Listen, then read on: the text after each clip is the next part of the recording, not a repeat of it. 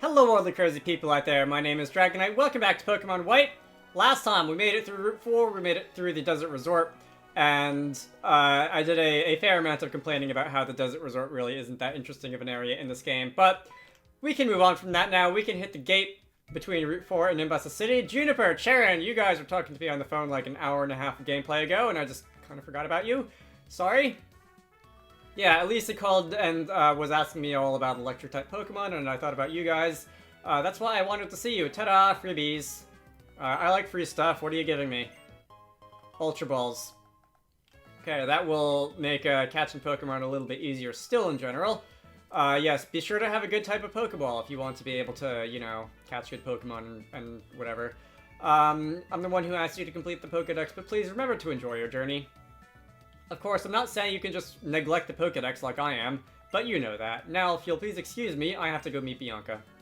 Alright, still no idea where she is. Hopefully didn't get kidnapped or Pokemon mugged or whatever again like she did last time. Seems that the professor gave us the Pokédex as a reason to send us on a journey. At least that's what my mom told me. They wanted us to go out and see the world, so my mom, Bianca's mom, and your mom made a request to Professor Juniper. What should we do now? I think I'd like to show the professor my thanks by going to Route 4 and catching some Pokemon I haven't caught yet. You do that, Sharon. I am not super interested in catching any more Pokemon, at least not for right now. It'll be a little while before I get my next team member. But this is Nimbasa City! Alright, what are you two ding-dongs doing? Gramps, we know you can run the daycare. How do you know? Because we're Team Plasma. We are taking away Pokemon from people. Since you work at the daycare, we figure you must have a lot of Pokemon. Hand them over. What kind of nonsense is this? My thoughts exactly. Oh, a strong-looking trainer. Please help me. Alright, if this is an invitation to do some butt kicking, count me in. So we are going to fight Team Plasma. I still have a line out in the leadoff, don't I? Even though I wanted to switch out Zach or Gummy or either or both of them, honestly. Alright. We'll manage. So you have a Watch Act, still level 18. This is It's funny, I don't know why I'm suddenly so much stronger than these guys. I don't usually think of Pokemon Black and White as having, like, as bad pacing as Pokemon Heart Gold and Soul Silver do. But, the pacing in this game has been really weird. Like, I've been fighting level, like, 16, 17. Maybe not that low, but, like, level, like, late teens, like, 18, 19 to early 20s Pokemon for a really long time now. And I misspoke earlier when I said that everything past Charon's rival battle on Route 4 was like post-Berg's gym stuff. But that's not true. Aside from Charon, everything on Route 4 and the Desert Resort, you can go and fight before Berg's gym. Which was worth like 7 levels on my team, and which is probably why like I usually say that I have such little trouble with Berg's gym. Because I usually fight him about 7 levels stronger than I did here. And like, now I'm in the next city, and I'm still fighting level 18s and 17s and whatever level that Watchog was. It's really weird. This is like some Team Rocket second act of the game nonsense of Pokemon Heart Gold and Soul Silver, honestly. I know that Lillipup, Herdier, Stoutland in general have faster growth rates than your average Pokemon do. Certainly faster growth rates than your average Pokemon that I use in my team do. But I feel like that can't, on its own, account for why I'm so much stronger than everything that I've been fighting for a while. And I know that that's not going to last, because usually when I play Pokemon Black and White 1, there's the end game is usually pretty well balanced for what I have at the time. But it's just weird. Anyway, Bianca, what are you doing? Did you get kidnapped again? Anyway, the professor told me Nimbasa City has a lot of things to see and do. The amusement park, the big stadium, the small court, and the battle subway. I'm going to go see the Pokemon musical. See you later. So that's going to be a bit of a cue for where we might find Bianca in a little while. So if I run over after her, I suppose no time like the present to go investigate the Pokemon musicals. We can go on in, and we can see what the musicals are all about. So this is the contest-like game mechanic minigame of this generation, and I have to say it's not one that I really like a lot. This old guy in front of me is gonna yammer on and on and on about how great musicals are and prop cases and whatever, and I just really don't care. I've tried to get into these things on a number of occasions. I've tried to really figure out how the mechanics of musicals work and how dressing up and like getting rated and like performing well and that sort of thing works. Can I put a grass skirt on a herdier? Hang on, wait. Everyone knows that if a dog is to wear pants, it would go like here. All right, fine. Game doesn't think that that joke is funny. I can't put a grass skirt on a herdier. I can at least put glasses on you, right? All right, that looks good. Top hat. All right. Everyone looks better in a hat. That's just one of the laws of the universe. I don't make the rules. You can't hold an umbrella either, I guess on account of not having hands. What is the touchscreen always this temperamental, or is it just like my 3DS getting old? I'd like to give you one more item if I could. Alright, it seems like that's about it. Let's just hit the OK button. But yeah, as I was saying, I've tried to get into contests and musicals and whatever on a number of occasions, and it never sticks. It never feels interesting. I always come out of it thinking that that was kind of a waste of time. And I'm sure that there is a way to really get into the mechanics and trying to maximize your performance score and whatever and win the contest and whatever. But it's just not something I care about. I'm not really into contests in general. I tend to like the more... Wait, am I gonna have to dress up again?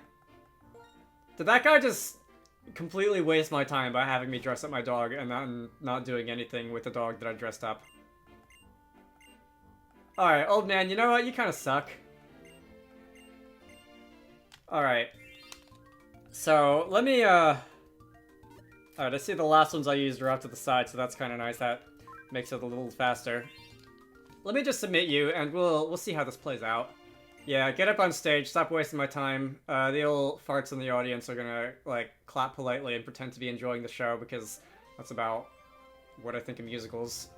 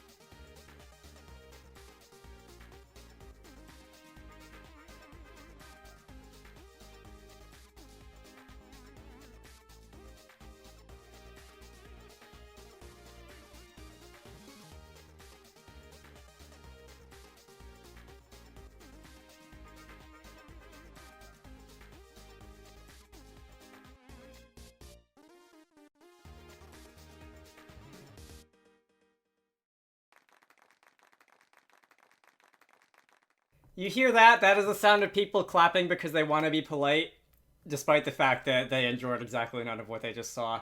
Do I want to display your musical photo in the music theater? Sure. Alright. I wasn't actually watching any of that. I was checking the score of the Mets game on my phone. They are currently miraculously not losing. But, yeah, let's move on. Who won? Just tell me if I won or lost. I'm gonna guess that I lost, because I put, like, a minimal amount of effort into dressing up my Pokemon. He talked to me first, I think, so I think that means I came in last. Alright, well, we did a musical, and I'm never gonna go back in there again. You will have to drag me kicking and screaming. Brings back some good old memories of when my sister did dance in, like, elementary school, and I would be dragged off to the recitals, and that would be, like, the worst 4 hours of my life ever. And by 4 hours of my life, I mean, like, 52 hours of my life, because that's about how long those things lasted. I can't say that I dislike musicals themselves. Like, there are musicals that I enjoyed. Les Mis, a lot of people died, good fun, but, like, whatever this was. And it's a contest in Pokemon games, as I was saying, and I'll continue that thought after this, because this is kind of an important moment. Dad? What are you doing here? I come to take you back home, of course. Your mother told me that you'd made it all the way out here. Haven't you gone far enough? Something that you'd usually expect someone who's like a villain in a story to say, not like someone's dad for saying that you're like too young to go off on an adventure or something. So I guess by implication, Bianca's dad is the real villain of this game. Anyway, I'm going to keep traveling with Drago and my Pokemon. Absolutely not. Others do things their way and we do things ours. Is that so? Then how about you do things your way and I'll do things mine? Sweetie, you keep going on your travels. You keep going on your travels, I think is the correct emphasis, because it's supposed to be like encouragement, not like a question or a word of warning or whatever. Hey, who do you think you are? This is a family matter. My name is Elisa. I'm this town's gym leader. I also happen to be a model. Actually, you're a sprite. Made of 2 triangles, 1 quad, 6 vertices. Not a model. You know, there are many people in this world. There are people whose way of thinking may be completely different from yours. Sometimes, this means you may get hurt. Of course, that's exactly right, because I'm worried about that. But it's important to keep on trying to learn about the differences between yourself and others, to learn that being different is okay, and that you shouldn't worry. Trainers always have Pokemon at their side. Pokemon are wonderful. It's not only how cute they can be, but also how much you can depend on them. Please... I know this is gonna be painful stuff like you're worrying about. I know, really, I get it. But, like, listen. There'll be tons of nice people, too. You know what else? Since I've been traveling with Pokemon, I've already gotten tougher, I can already tell. So please... I guess... If wanting to continue... Let's try that again. If wanting to continue your journey is selfishness on my part, on your part, wanting to... Why is this so hard? Then wanting... to stop you is selfish... Just read the text on your own. I'd be surprised to find that I'm the one being childish at my age. The gym leader's comments help me wake up. Bianca, I'm sure it's better that you take the path you want to take now. I hope that your journey will be fun. Bon voyage. Drago, take care of my little girl, okay? Papa, I'll come home after I found out what I really want to do. I'm sure he traveled as a trainer himself in the past. Being a parent must be hard. Did I meddle unnecessarily? You look troubled, so I decided to chime in. By the way, if you're trainers, please stop by the Pokemon gym. I'll teach you a little something about how tough a journey can get.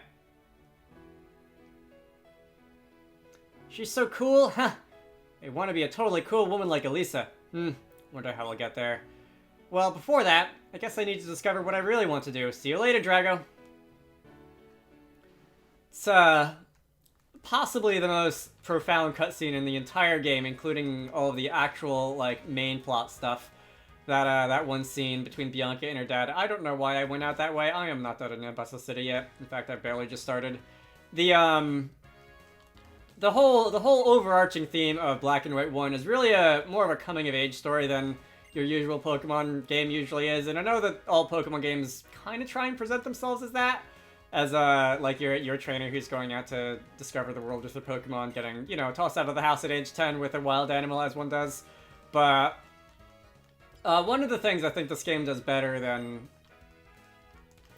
Or, really, I can't say that does better, because it really tries to lean into that, and the other Pokemon games is just kind of happening in the background. It really feels like a coming-of-age story, and you see that a lot, especially with Bianca. You see it a little bit with Cheren later on, but I don't think it's quite as dramatic. And I like it. I think, like, on the one hand, Cheren is kind of... Did I really get into a fight that I really wasn't interested in getting into? Cheren is kind of annoying in a lot of ways, but also I feel like probably in high school, a lot of us either had friends who were like Cheren and who, you know, acted like him, kind of, you know, how would I even describe it? Like, impatient to grow up and get old and, like, didn't want to be treated like a kid anymore, even though they didn't actually have a lot of, like, life experience or anything like that. And if we didn't have friends like Cheren like that in high school, we probably just were Cheren like that ourselves. And it wasn't, like, the funnest part of growing up, but it was definitely something that I think most people have some way that they can relate to. And honestly, the same with Bianca, although maybe in a different way. Not, not knowing what you want to do when you grow up, and not like trying to do something, and it's hard because you thought about it when you were a kid, and you thought it would come easier, and it's being a trainer is maybe a little harder than you thought it would be. Whether that happens to be like a Pokemon trainer in game, or like a sports, or I don't know. You want to really be like I wanted to say like mathematician or something. Although I'm pretty sure the only people who want to be mathematicians are already good at math. So maybe I should find another example, like I don't know, a writer or something. And it's just you sign up for the crazy fancy writing classes or the literature classes in high school, and it's harder than you thought it might be. And where on earth am I going with this? Well, first I'm going to the Pokemon Center because I would like to heal and also register the location on my map. I said this at the beginning. I was in high school when I first played this game, and I honestly probably didn't get that much out of the story because I did a lot of hitting the A button to get through text as quickly as possible, as one does.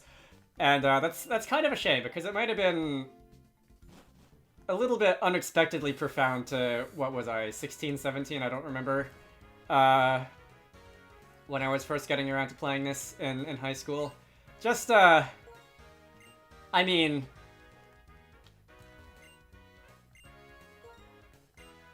Oh, this is post-game stuff. I said at the beginning of this game that the theme of this Let's Play was going to be, like, nostalgia tripping hard and nerding out about the story and that kind of thing, and I hope I've been living up to that. Anyway, there was a guy who gave me an HM called Strength for free. He's somewhere near this Pokemon Center. Why don't you go look for him? That's not a bad idea. Strength is a decent normal type move. It's not the best normal type move compared to moves such as Return at full power, but it's 80 power, 100 accuracy, no secondary effects. It's not a bad move to have. He's somewhere by the Pokemon Center, you said, but I don't see anyone who will give you the HM for Strength. Anyway, out this way is going to be the amusement park section. That's going to be, I guess, the Coney Island, I believe, is what the Nimbasa City is officially based on in, like, real-life New York City, whatever. But we'll go there later. First, I'm going to come out a little bit on Route 5, and I'm going to be doing a little bit of additional training. And hopefully I'll get another level or two. Let's see, do you fight me? You do.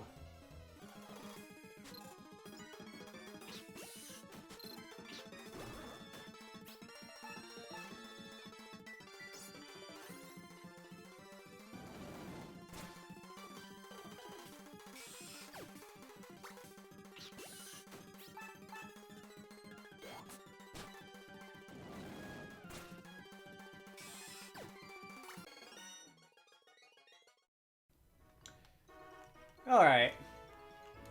Are there anyone else who will fight you out here?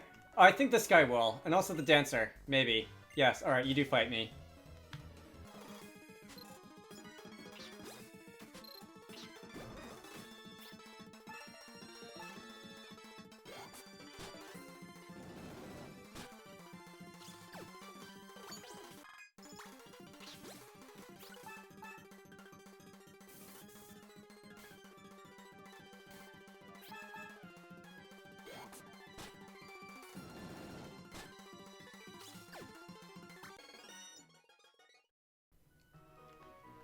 Theme of this section of the game, by the way, is street performers, which also something that you see in New York City once in a while. It's cool. By the way, I also meant to mention that, like, when we were dealing with the dancers in Castelia City a while ago. I don't spend a ton of time in New York City, but I have been there once or twice a year. Have you ever seen people just, like, randomly walk into subways and start breakdancing?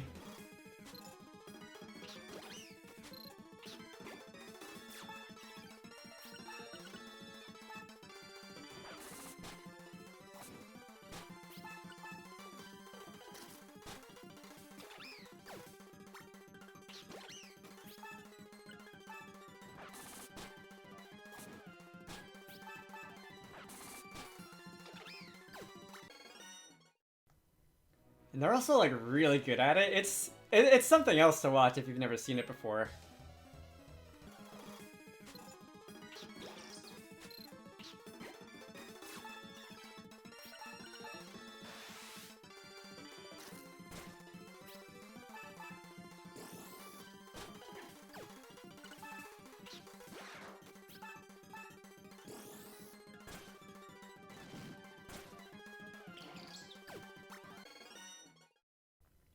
And I know I just spent a good chunk of time a minute ago complaining about how, like, dancing and recitals and musicals and whatever are, like, really boring and a lot of the times pretentious and stupid.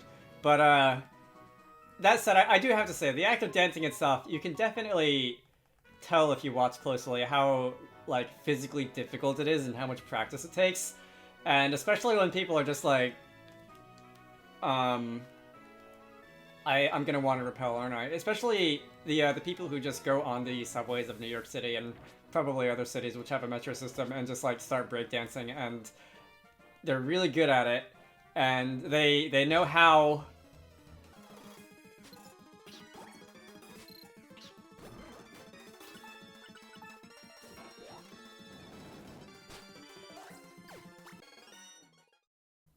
Like to have the coordination to move like that and make use of the surroundings in such a tight spot as a New York City subway. It's definitely fascinating to watch, especially if there's like more than one guy doing it.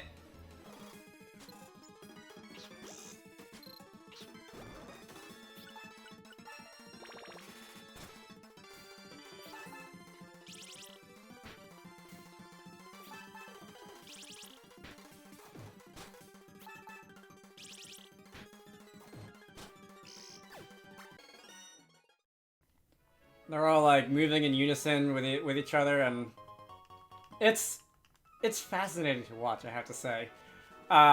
Maybe a little bit less so if the subway happens to be crowded and you know, there's not a lot of space to do that without kicking someone in the arm or whatever. But people generally are polite enough to not do their routines when there's a big crowd on the train. Anyway, that's Route 5 out that way. You can get in a little bit of training. You can't go any farther than that for the time being until you get the next gym.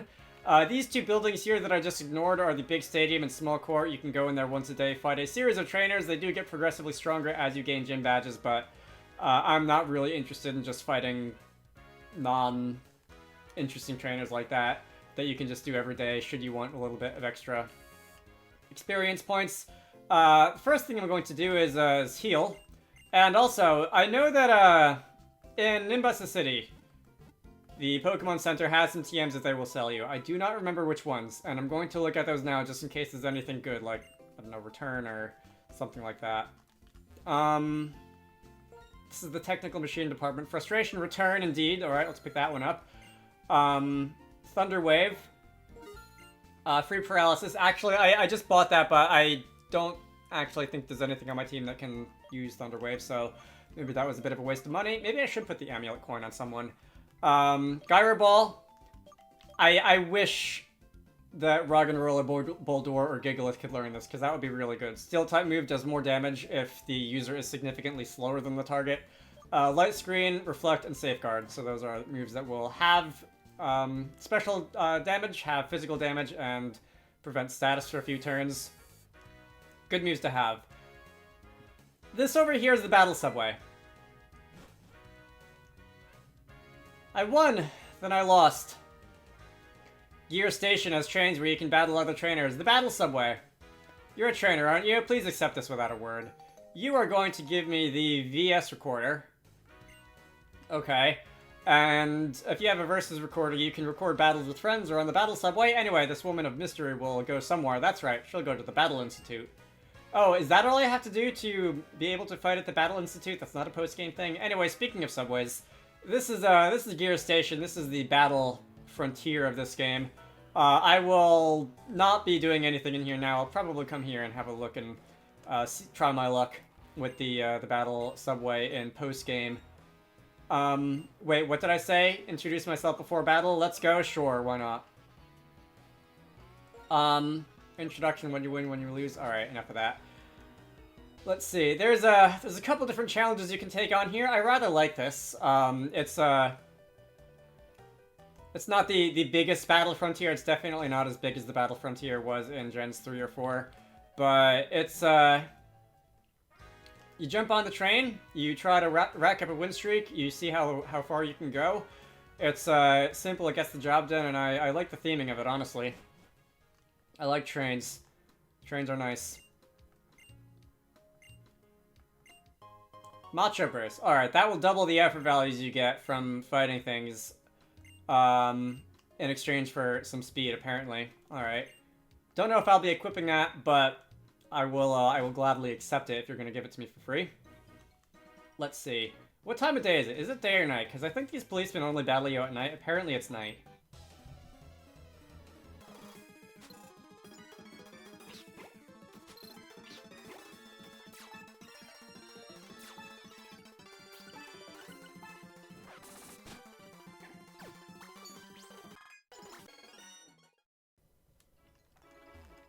Alright, let's see. So this is going to be Route 16.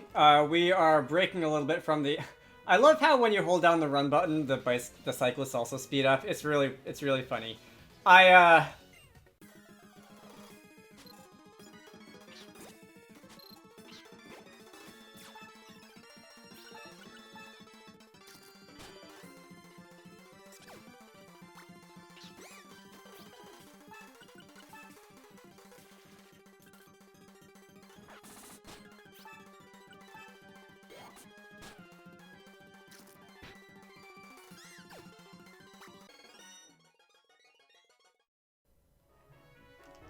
Like, my gut tells me that that's just a programming oversight. Like, there's a global check for if you're holding down the run button, and it affects the NPC trainers likewise as much as it affects you, but I don't know that for sure. It was not if it was an error fixed in Black 2 and White 2.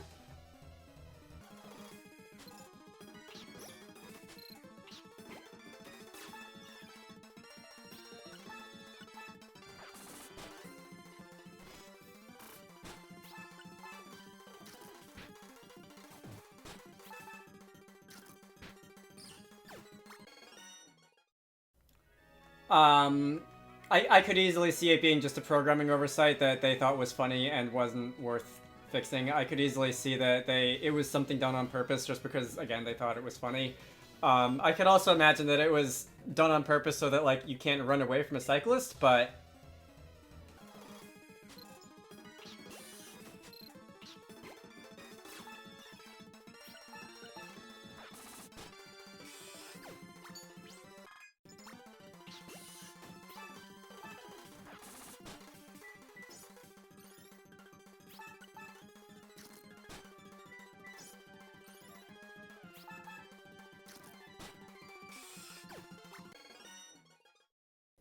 Regardless, I do like it. So this is the end of the line for Route 16. This is the Marvelous Bridge. It is currently under maintenance. It will not, unfortunately, be open until the post-game. This is Route 16. We are taking a bit of a break from the numbering sequence, and that is because that if you were to look at the town map, which is in this inventory somewhere, you start out down here, head up this way towards the center of Unova. Once you get to Nimbus City, there's a big ring. Route 5, 6 goes out this way, and it goes clockwise around the ring, and we've basically circled back to the end. And we're going to be heading out this way. Everything on this right side over here is post-game stuff. Unova does have a fairly large post-game. Let's see, I should probably heal with items. Oh, you know what? Before I forget, let me make use of the return TM. I'm going to be teaching that to Gummy over Retaliate. Let's get rid of Retaliate over here. And I'm going to, I think, also teach that to... Return is another one of the universal TMs. I think I'll teach it to... Does Zack also have Retaliate right now? Should Zack lose Retaliate in favor of Return? We do. Okay, so we can learn that. And Line, instead of teaching her Return, I'm going to actually give her the HM for Strength, just so that I have that field move for... I can't remember if it's this gym or the next gym that allows us to use Strength outside of battle, but I would like access to that field move. So... Hey. You can get rid of Headbutt. And that'll be our updated moves on everyone. Are there any others? Struggle Bug, Thunder Wave. I'm pretty sure nobody on my team can learn Thunder Wave. Oh, Gummy can learn Thunder Wave. Alright, I'll think about it. Probably not going to, but it could come in handy once in a while, so... You never know. Return is unfortunately going to have 0 power points on Gummy right now because... Oh, can I use Strength yet? I can. Alright, so I don't need another gym badge to do that. I can just do that now. Nice.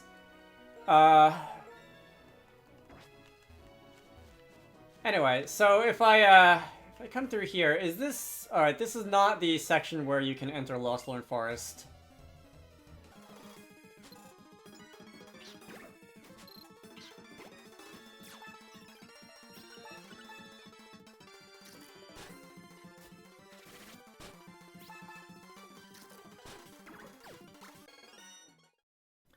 That'll be the next one over this way. Yeah, in this generation, when you teach a Pokemon to move with a TM, the power points aren't restored. That's essentially so that you can't infinitely restore power points on moves by, like, unteaching a TM and then reteaching a TM, because TMs are infinite use in this generation.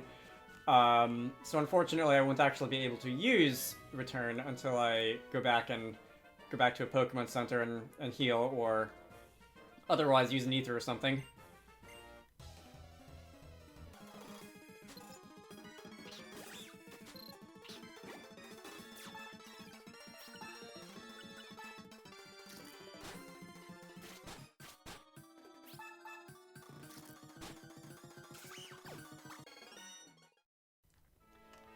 Okay, so do I have cut on me? I do. Alright, Pan Sage has cut. Pan Seer, Pan whatever, monkey.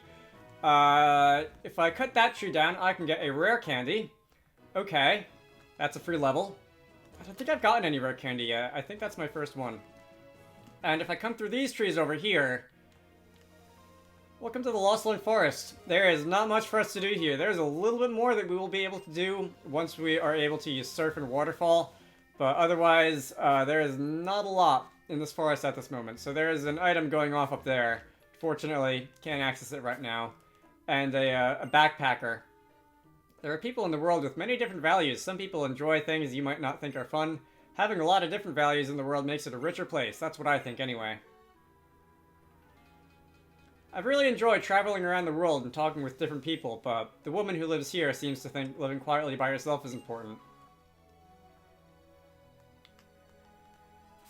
Alright, to each their own. I guess if you wanted to be alone, this isn't a bad place to do it in your little trailer house. Alright.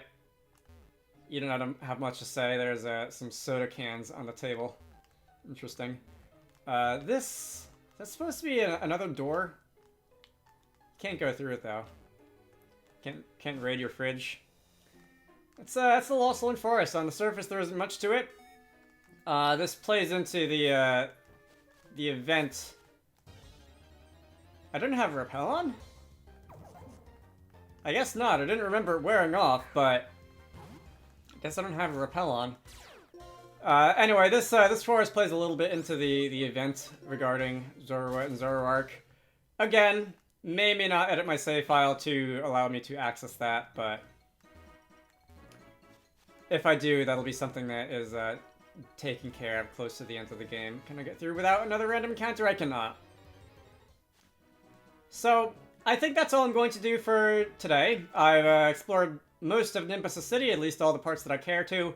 I've explored all of Route 5 for what little there is. I've explored all of Route 16 for what little there is. Next time, I'm going to be going off this way into the amusement park, and I'm going to be fighting the gym. Until then, my name is Dragonite, this has been Pokemon White. I hope you all enjoyed that, and I will see you all later.